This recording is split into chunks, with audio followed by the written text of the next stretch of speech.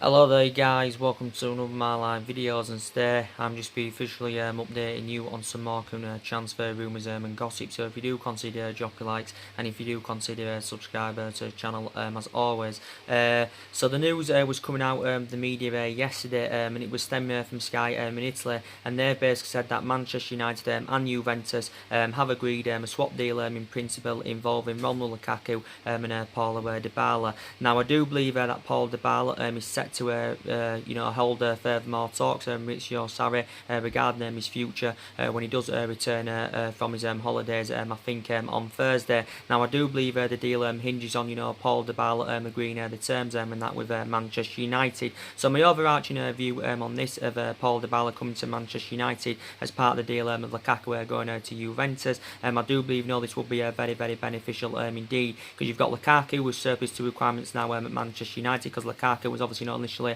lost his place in the team, and obviously with Paulo Dybala he lost his place in the Juventus side last season to Cristiano Ronaldo. Now we have been in for Dybala for quite some time now, as you all currently know. I think I would be excited about the prospect of Paul Dybala coming in, playing alongside the likes of Rashford, Martial and Daniel James, because I do believe he would blend in our attacking line fantastically well with Paulo Dybala. And I do believe that Paul Dybala's agent is in London having negotiations with Manchester United, because obviously Juventus wants to thrash out a deal for his current client and all that. But I would love Dybala to come to Manchester United, because I think he brings them goals and that we do currently need. Obviously Dybala has still got a hell of a lot of development in him. He is only 25 years of age, of course he is Argentinian, but I think actually Paul Dybala's actual preference is to remain at Juventus. But I think Juventus are keen on this deal to currently go through.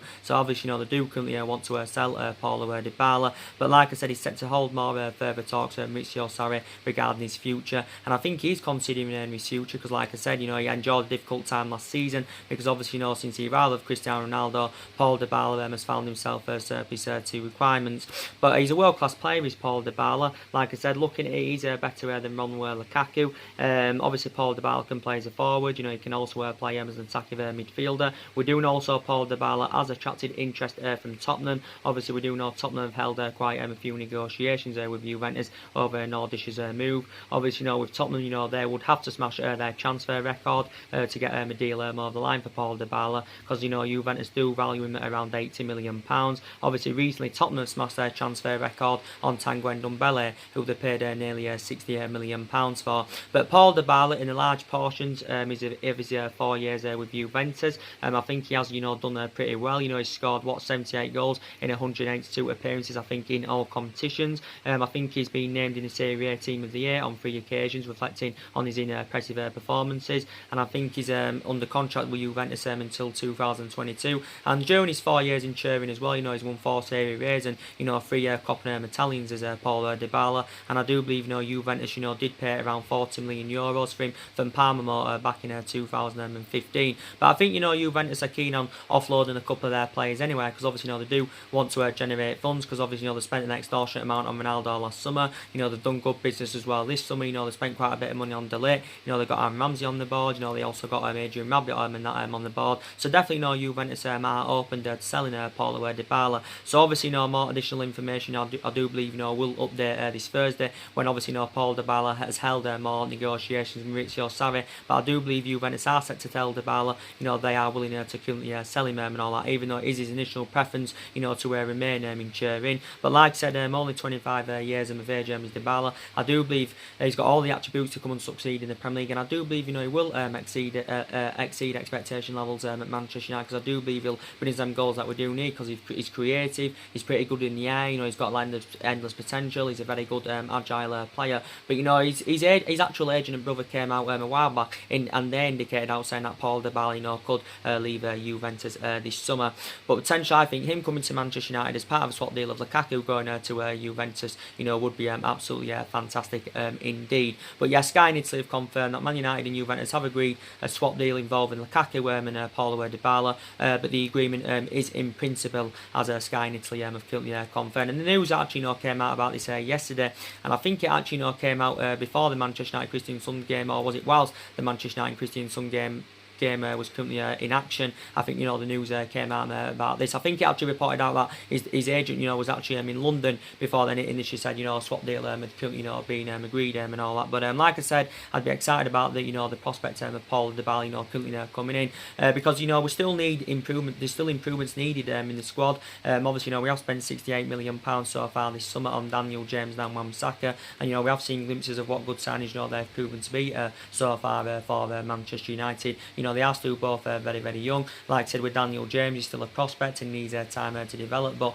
you know, he's got fantastic electrifying pace, and that's something we did lack last season, you know, that pace, and this is why last season we wasn't scoring enough goals. This is why I wasn't ruthless enough in front of their goal. We might have been creating chances last season, but wasn't scoring enough goals. But as I've been analysing it, you know, throughout these games in pre-season, I can already see the vast improvements in the team. You know, we look much better in the attacking third of the pitch. You've got Daniel James with good pace. You've got Martial with good pace. You know, you've got Rashford and that with fantastic pace. So we do look much better now in that attacking line. But I do believe we need to add a bit more experience in that attacking line, and I think Paul Dybala, you know, would definitely, you know, be the right solution. Like I said, with Wan-Bissaka, I think he's had a great start to his Manchester United career, and I do believe, you know, he can become one of the best fullbacks in the Premier League without a shadow of a doubt. But I have been very impressed with Daniel James and Wan-Bissaka. But Ole Gunnar Solskjaer did initially say, you know, he's looking to get a couple of more players in, you know, before this current window does shut. I think there's just under a week and a half now remaining in this transfer window, and, you know, Ole Gunnar Solskjaer's priorities now, you know, will be to recommend an experienced centre half in. You know, he'll also want to add reinforcements in that midfield, regardless of what happens with Paul Pogba, and of course we're also in search for the right winner. So Paul Dybala now, you know, could actually, you know, be coming to Manchester United, you know, which is very, very good news. But, you know, for Lukaku, I think, you know, Manchester United, you know, definitely, you know, need to get rid of him because he's one of the problematic players at the football club. Obviously, Lukaku now has initially lost his place in the Manchester United team. Obviously, we do know Lukaku for the entirety of the summer has been heavily linked to move to Inter Milan. But obviously, you know, recently, you know, Juventus now have come into the equation. So actually now Lukaku could be going to Juventus as part of a swap deal of Dybala, you know, coming to Manchester United. But I think we can get rid of Lukaku. It will be beneficial for Manchester United. It'll also be beneficial for the player himself, even though initially Ole Gunnar Solskjaer did confirm the other week that he wants Romelu Lukaku to stay at the football club for one more season, because obviously Ole Gunnar Solskjaer held negotiations with Romelu Lukaku, but Lukaku does want to leave the football club and all that.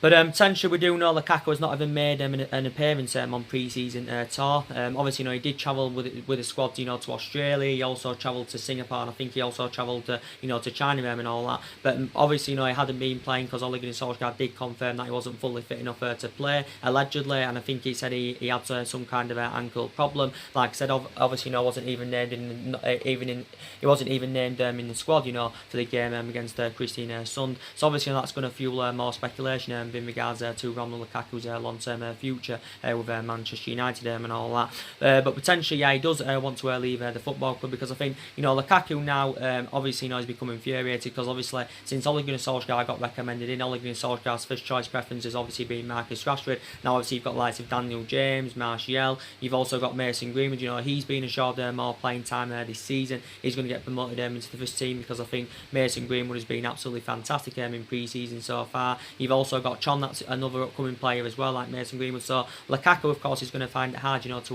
get in that current mix. So I think Manchester United, of course, do need to offload him. Obviously, you know, we initially have said, you know, we want around 75 or 80 million pounds for Lukaku. Obviously, you know, this is a valuation that Inter Milan have struggled to meet. So our valuation is seen to be a stumbling block of Lukaku making his proposed move from Manchester United. It reportedly said early on this week that reportedly, you know, we've given Romelu Lukaku until Thursday, you know, to engineer a move from Manchester United. So reportedly, you know, we've imposed a transfer deadline on Romelu Lukaku. So I do believe he should leave the club sometime this week. So we said we want 75 or 80 million pounds. So basically, you know, we're looking to recoup the money that we did pay for him from Everton a couple of years ago, or maybe even orchestrating on, you know, gaining a little bit of a profit and all that. Potentially, you know, Lukaku's been at the football club 2 years. You know, he was exceptional in his first season with Manchester United, but, you know, he didn't really replicate that in his second season. But I think his actual preference has actually been Inter Milan for quite some time. But I think Lukaku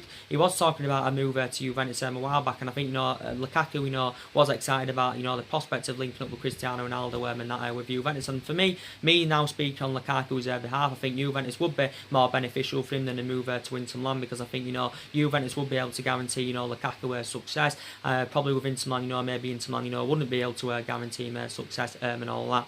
But we do potentially know that it's been for the entirety of the window mainly that Inter Milan, of course, have been in there for him. Obviously, Inter Milan have obviously been in negotiations with Manchester United. Obviously, we do know Inter Milan are under financial fair play restrictions. Obviously, Inter Milan have tried to offload a couple of their players, to help them generate funds, to meet that 75 or 80 million pound valuation. As far as I'm aware, Inter Milan have had 2 bids turned down. Obviously, Inter Milan of the other week had a 54 million pound bid turned down. They also inquired about getting Lukaku on a 2-year loan with an option, with the obligation to buy at the end of the loan. But again, Manchester United didn't entertain this offer because we're only willing to let Lukaku go on a permanent deal.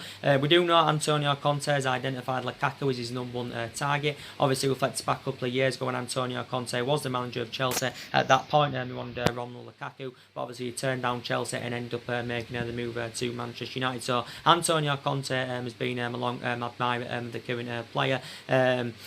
But yeah, Antonio Conte has identified him as his #1 target, and reports indicated out over a month ago now saying that Lukaku had allegedly agreed the personal terms with Inter Milan. It also said he had agreed a contract worth around 180 grand a week, but obviously no fee. Has obviously come to an agreement between Inter Milan and Manchester United and all that. But I think initially Lukaku did describe Antonio Conte as one of the best managers in the world. He did initially say he was keen on playing under his guidance because probably Lukaku believes he will flourish under Antonio Conte's guidance. Obviously, we're unwilling to accept swap deals there that Inter Milan have offered us, because obviously they've tried offering us Mario Cardi for Lukaku. They've also tried offering us Ivan Perisic and that for Romelu Lukaku. But like I said, he's now served his 2 requirements at Manchester United. But in 2 years with Manchester United, like I said, he's scored 42 goals in 96 games for the club in all competitions. Obviously, still got 3 years left on his contract with Manchester United. And you do know I've got so many strong concerns about Lukaku. His first touch concerns me, hasn't really got that endless potential. Not really good in the air. He's a big game, but he's a big game bottler when it comes to him, playing the big teams. So I think it would be beneficial if Manchester United of course can offload him. I thought we overpaid for Lukaku in my opinion. We did pay 75 million pounds for him. The deal in this year isn't up to 90 million pounds because obviously there was 15 million add-ons included. But now actually Paul Dybala, Romelu Lukaku could be going to Juventus, as Paul Dybala could be coming to Manchester United. But I think I would be happy this deal to go through. But for me, Paul Dybala is a better footballer than Romelu Lukaku, and I think he will deliver the goods to Manchester United. So Paul Dybala is set to hold talks with Maurizio Sarri. I think on Thursday when he returns from his holidays, regarding his future. But Paul Dybala anyway is considering his future because he lost his place in the Juventus side last season to Cristiano Ronaldo. But I think his actual preference is to remain in Turin. But Paul Dybala, will be of course aware of the speculation. So that is the breaking news to currently update you on that. I want to give you the latest news now in regards to Bruno Fernandes from Sporting Lisbon. Now it's looking very, very likely he's going to be coming out to Manchester United, and I'm very, very hopeful that we can get 2 deals completed this week. And I think our next 2 signings of what recent reports said, it's looking likely they're going to be Harry Maguire from Leicester and Bruno Fernandes from Sporting Lisbon. I was reading reports about Bruno Fernandes yesterday, and it basically said, I think this was according to the Mirror, if I'm right, and it did report saying that Sporting Lisbon have denied speculation that we made an opening bid for Bruno Fernandes, because it reports emerged out I think yesterday saying that report we made an offer to Sporting Lisbon through Bruno Fernandes' agent, but reportedly Sporting Lisbon have basically said this is completely false, and they've denied that Manchester United have reached an agreement with them for Bruno Fernandes and all that.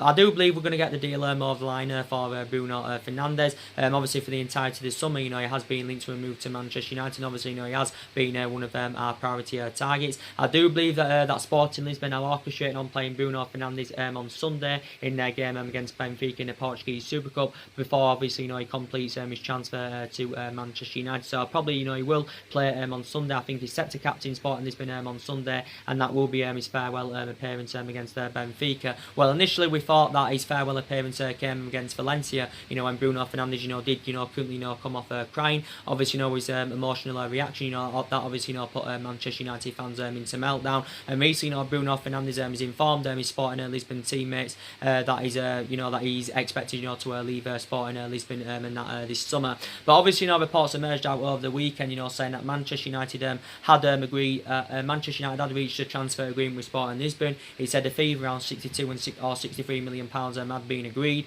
and he said over the course of the weekend that he was set to fly out to the UK for his medical with Manchester United ahead of his proposed move to Old Trafford and all that. But I do believe Bruno Fernandes is currently going to be coming in. I do believe that Ole Gunnar Solskjaer has revealed that he wants to play Bruno Fernandes as number 10. Obviously because maybe Ole Gunnar Solskjaer believes Bruno Fernandes will be more effective in that position. Obviously that number 10 is obviously just behind the centre forward. But like I said, Bruno Fernandes would be the right type of player for Manchester United. And obviously the situation with Paul Pogba, he's not having any effect on Bruno Fernandes coming to Manchester United. So Bruno Fernandes moved to Manchester United. He's not dependent on what happens with Paul Pogba. I think we need to bring two new additions in that midfield. I'd like Milinkovic-Savic to also come in. Because I would be excited about the prospect of Milinkovic-Savic playing alongside Paul Pogba, because I think there'd be a fantastic base in our midfield. But if I had to choose out of Bruno Fernandes and Milinkovic-Savic, my actual first choice preference would be Bruno Fernandes over Milinkovic-Savic. But I still would like Milinkovic-Savic of course to come in. I think Milinkovic-Savic to Manchester United anywhere is dependent on what happens with Paul Pogba.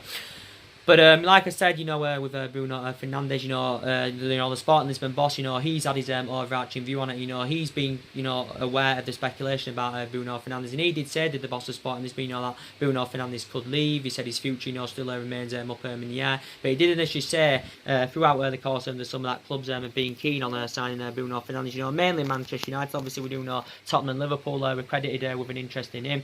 We do know Bruno Fernandes' agent has actually been to the UK quite a few times to obviously thrash out a deal for his client, because obviously he's looking for the best possible deal for his client. But we do know Di Marzio, who's an Italian journalist, and he's quite reliable the majority of the time. He came out yesterday and said Manchester United are close to signing Bruno Fernandes. He also said the same thing in regards to Harry Maguire. He said within our deal for Harry Maguire is in the closing stages. Di Marzio has got a few things wrong in the past, but I think when stories stem from Di Marzio, there does seem to be quite a bit of credibility in it. I do believe with the Bruno Fernandes saga, I do believe Simon Stone may start reporting on it and all that, and it will start coming to some reliable sources. Then obviously there will be more truth in it. But as far as Sporting has been confirmed, they've denied that we've reached an agreement with them for Bruno Fernandes. So basically they've denied speculation that we made an opening bid, because it said yesterday that we was orchestrating on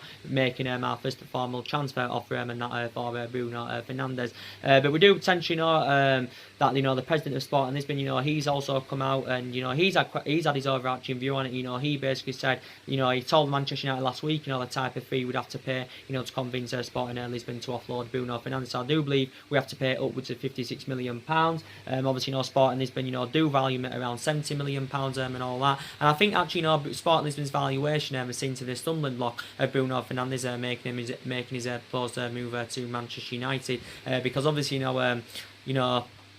for quite some time, we was not willing to pay what Sporting Lisbon were demanding. We was only willing to pay around £58 million for his services. Well, it said the other week we was orchestrating on putting around the £49 or £58 million bidding for him. But he initially said over the weekend that I think, and that's currently being agreed. I do believe, if Bruno Fernandes does come to Old Trafford, it said a while back that we're set to give him around £100,000 a week, which obviously equates to around 5.5 million a year. But actually, there were journalists coming out the other week, and they said Manchester United were never in for Bruno Fernandes. And I was actually I know we've always been in for Bruno Fernandes, but it actually said from Sky the other week saying that it's unlikely he'll join Manchester United, because we actually did believe that the majority of the speculation about Bruno Fernandes was actually stemming from Portugal rather than Manchester and all that.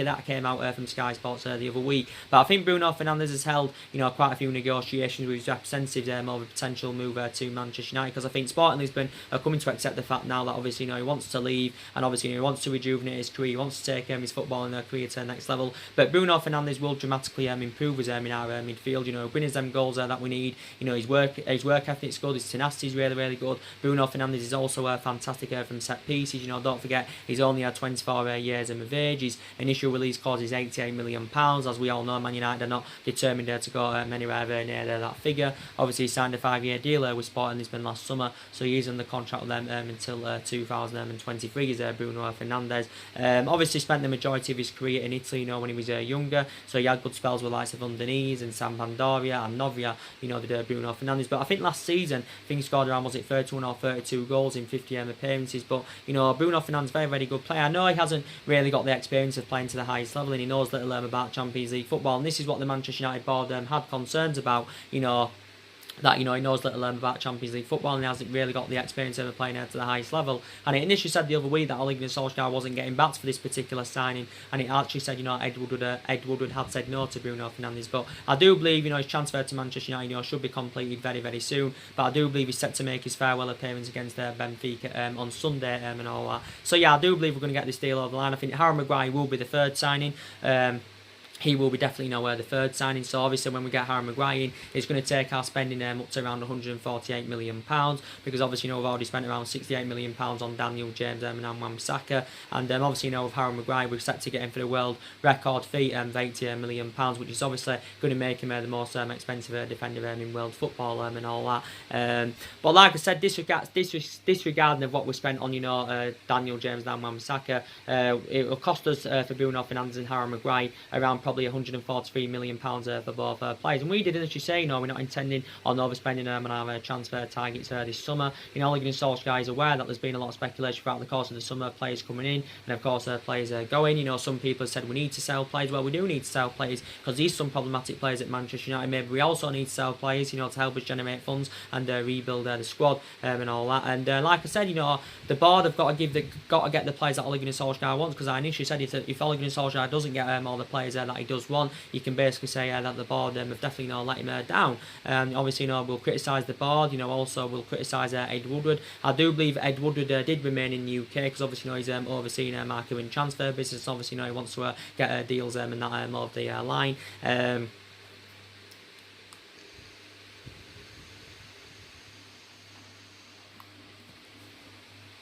He wants to get deals and that over the line. But Ole Gunnar Solskjaer, give his analysis on this window. And to be fair to him, he didn't become infuriated. He just basically said, we need to be patient. We have currently got 2 players on the board, and that's all he said. Basically, we need to be patient and all that. But like I said, I think we need to sell players. In my opinion, I think we've had a fantastic start to pre-season. 5 wins out of 5, 10 goals scored, only 1 goal conceded, and there's only now 1 game remaining in pre-season. That's AC Milan on the 3rd of August. But like I said, pre-season is meaningless, but I think pre-season's very very beneficial for them upcoming players, because they do get more experience under their belt. And I think the majority of the players have done really, really well in pre-season. More or less, everybody's being given the chance. The fringe players, the young players, the experienced players. But I think the young players have really stepped up to the plate. I think Rashford's done fantastic, Martial's done fantastic, Daniel James, we've seen glimpses of his electrifying pace. There's still improvements needed in Daniel James's game, don't get me wrong, because I think his crossing needs to improve, and he does need to improve a bit in that attacking third end of the pitch, but he will improve as he's developing and all that. Daniel James,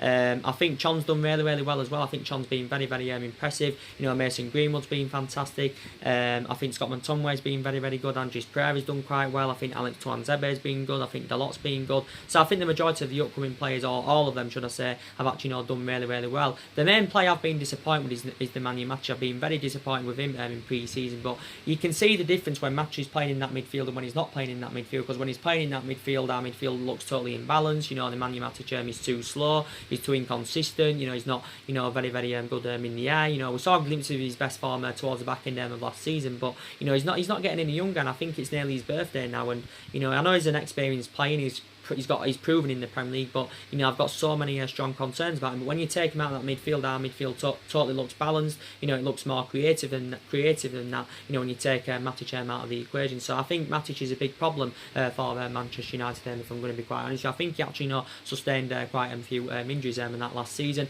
To be fair, you know, with Fred, I think Fred's actually more mobile and he's better on the ball than the Manu Matic. And with Fred, you know, I think he's done well in pre-season. To be fair to him, in his last 3 games when he has come on, I think he's done very, very well. I'm still sceptical about Fred if he is the long-term solution for Manchester United. Obviously, you know, he hasn't really got a good pedigree. He did well at Shakhtar Donetsk.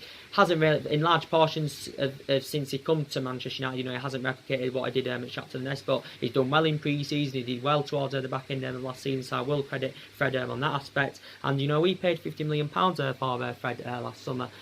So yeah, we've done really, really well in pre-season.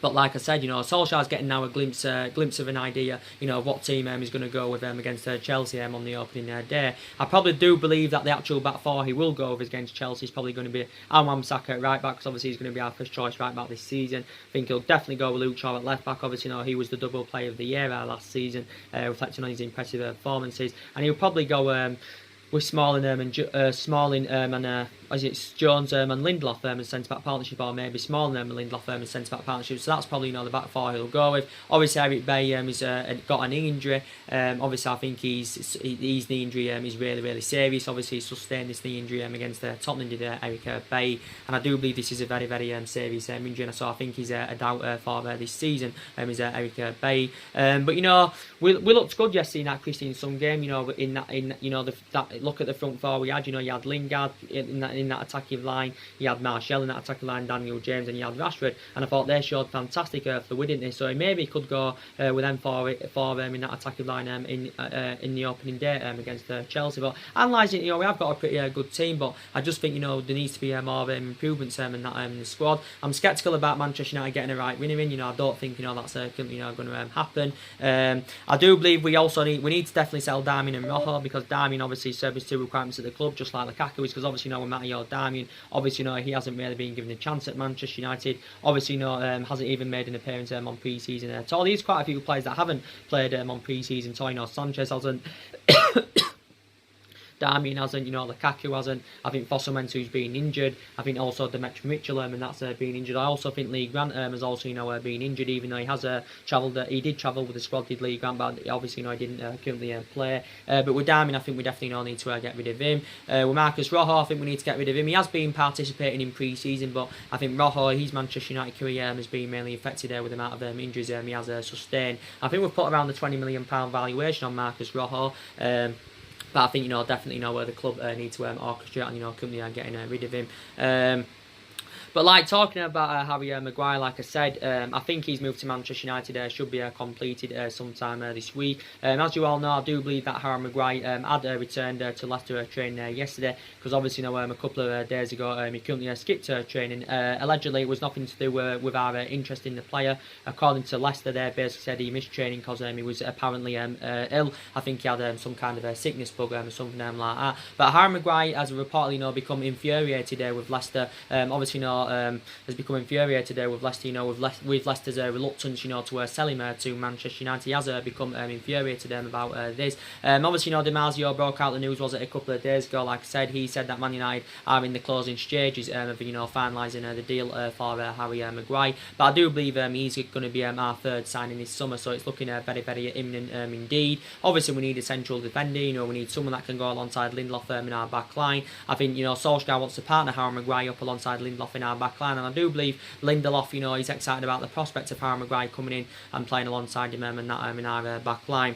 But like I said, with Harry Maguire, he's a very, very good central defender. He's well Premier League proven, so that's also very beneficial for Manchester United, and I do believe he'll blend in alongside Lindelof in our back line fantastically well. Ole Gunnar Solskjaer obviously, you know, instructed Ed Woodward, you know, to get a transfer, you know, completed for Harry Maguire, and I think this was following, like I said, the serious knee injury that Eric Bailly currently sustained stay, and he is a huge doubt for this season. But yeah, like I said, Ole Gunnar Solskjaer has identified him as his number one defensive target. Obviously, Leicester are under no financial pressure to sell Harry Maguire, because Leicester do know how much essential player and that he is. Harry Maguire is obviously, he informed Brendan Rodgers the other week. He also informed his Leicester teammates that he does want to leave Leicester to rejuvenate his career and take his footballing career to the next level. And I do believe he's keen on the move to Manchester United, because obviously Harry Maguire does want to relish this opportunity. Obviously no fee has yet come to an agreement, but I don't think it's far away from the fee being agreed, between Manchester United and Leicester. Obviously Ed Woodward is working on getting the deal over the line, because he remains in talks with Leicester.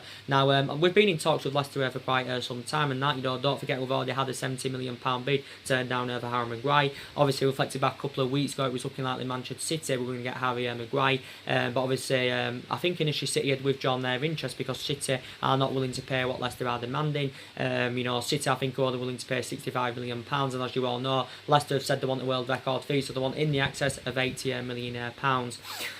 So I do believe Manchester United are willing to meet this valuation, and it seems to me that the valuation for the large portions of the summer has been the stumbling block of Harry Maguire making him his proposed move to Manchester United and all that. But I think now we are willing to meet this £80 million valuation. But I initially read recent reports, and it said that Leicester were demanding a higher transfer fee up front, because they're sceptical that Manchester United will qualify for the Champions League this season. Because actually, we failed to qualify for the Champions League, 3 times out of the 6 seasons, since Alex Ferguson's retirement and all that. I do believe, we'll qualify for the Champions League this season, because I think we'll have a better season in the Premier League this season than we did in the Premier League, last season. Last season was a huge disappointment. We finished 6th. We didn't win many silverware and all that, and we failed to qualify for the Champions League. And but I think we'll have a better season this season. I'm still sceptical about us winning the league, because I don't think that's going to happen. But I think we can maybe finish in the top 4, maybe finish in the top 3, because I think our expectations this season anyway will be to finish in that top 4 and all that. But it said Leicester wanted a higher transfer fee up front. It said initially so far we've offered £72 million with additional bonus payments, due to be based on trophies and us finishing in the top 4. So initially Leicester do want a higher transfer fee up front. Reportedly Harry Maguire has demanded that he does want to become captain of Manchester United if he's moved to Manchester United does materialise, and we may consider giving him the captaincy, because I think he would be a great leader in our current back line. So obviously we pay £80 million for him. Obviously the fee is going to exceed the fee of what Liverpool paid for Virgil van Dijk, because obviously Liverpool paid £75 million for Virgil van Dijk back in January 2018. Obviously you can't put Harry Maguire in Virgil van Dijk's calibre or level, because you can say that Virgil van Dijk is much better than Harry Maguire, and obviously Virgil van Dijk is regarded as the best centre half in the world without a shadow of a doubt. But for me, Harry Maguire, reflect on his performances in the last couple of seasons with Leicester, I think he's a very good central defender. He holds his line well, he's good in the air, I think his tenacity is good. He's not very fast, Harry Maguire, but I don't think that's a current issue. Like I said, he's been at Leicester 2 years. Leicester paid £17 million for him from Hull City, so if Leicester get £80 million from him, they are going to gain a profit on the current player. I think he's made 76 appearances for Leicester in all competitions. 69 of those appearances have come in the Premier League. He signed a new long-term contract with Leicester last summer, so he's under contract with them until 2023. Harry Maguire. And so I think actually Mike Phelan's instructed Manchester United to get a deal more line for him. But Brendan Rodgers has had his overarching view on the speculation about Harry Maguire. He's aware of our interest. He was also aware of Manchester City's interest and all that. And initially he did confirm a couple of weeks ago that he actually imposed a deadline on any potential bid to Harry Maguire. But recent reports did confirm now we're being given a boost in our pursuit with the player, because obviously Brendan Rodgers did say he insists that there is no cut-off date in which no longer Leicester would consider selling Harry Maguire. But there is now just under a week and a half remaining in this window, so hopefully we can get 2 transfers completed this week. Harry Maguire, and he's in his prime as well. He's only 26 years of age, so he has obviously still got a lot of development in him. So I'd love him to come in. And there has been a lot of central defenders on our agenda. We've been relentlessly linked with Harry Maguire. Was also in for him. I think when he was a youngster at Sheffield United, we was tracking him. Obviously, was in for him last summer. Our priority last summer was to recommend a central defender to come in. But obviously, last summer some of the board in the back, the signings there that Jose Mourinho wanted to recommend in to the football club and all that. But was in for Harry Maguire last summer. But we haven't had a world class central defender since we had the likes of Vidic and Ferdinand, and we conceded 54 goals in 38 Premier League games there last season. That was our highest total in 40 years. So that just indicates how the issues that we've currently got defensively and all that. And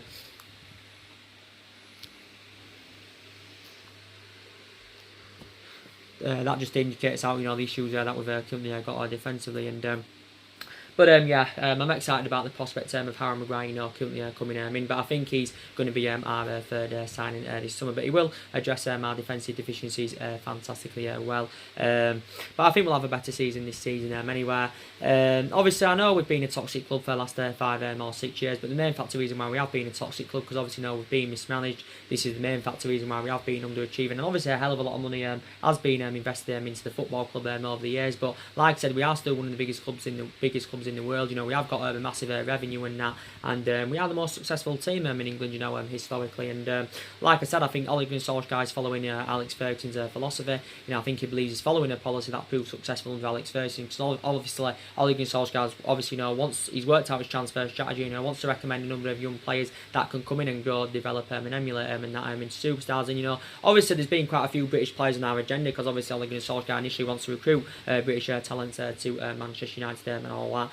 But there is still improvements needed in the squad. So yeah, like I said, I would be excited about Paul Dybala, coming to Manchester United as part of a deal of Lukaku going to Juventus. I would be very, very excited about the prospect of that indeed. So Sky needs to report out yesterday, Manchester United and Juventus have agreed a swap deal in principle involving Lukaku and Paul Dybala. I think now the deal hinges on Paul Dybala agreeing the terms with Manchester United, and reportedly when he does return from his holidays this Thursday, he's set to hold more talks with Maurizio Sarri regarding his future. Initially, Paul Dybala has obviously lost his place in the Juventus team, because obviously he lost it to Cristiano Ronaldo in that last season. But yeah, definitely more things will currently update about that. And I do believe his agent still remains in London having negotiations with Manchester United. So anyway guys, drop your comments, likes below on the channel. If you do consider subscribe, as always, and take care, God bless, and I'll see you all again very, very soon.